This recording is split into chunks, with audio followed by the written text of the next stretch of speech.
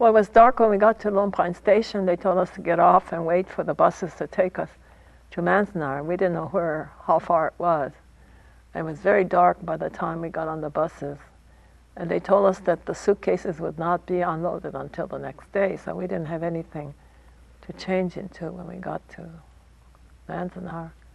My older brother had volunteered in March to go and help build the camp, so he met us at the entrance to the camp, and we were put through one of the barracks, and we had to register. They gave us some shots. Then we were assigned a unit in the barracks. We were all sent to Block 20, which was newly built, and my brother was able to lead us there. We did not have any flashlights, so he was the only one that carried a flashlight. And we stumbled through the camp.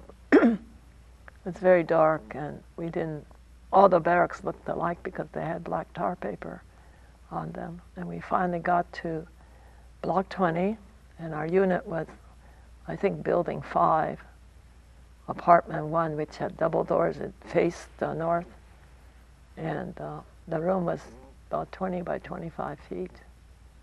Had one oil stove in the corner and one light bulb in the center of the room.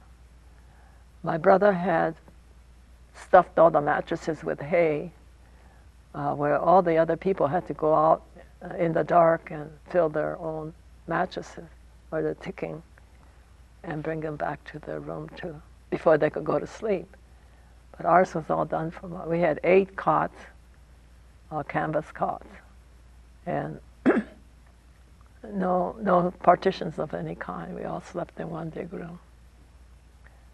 When my mother got into the room, she sat down on one of the mattresses and she says, "My, what a place." And she never talked about that for many, many years afterward. But she never talked about what happened until many years later when we were talking, and she said, "You know, the first couple of weeks we were in Manzanar, I used to walk all the way up to the orchard, and I used to sit there and cry.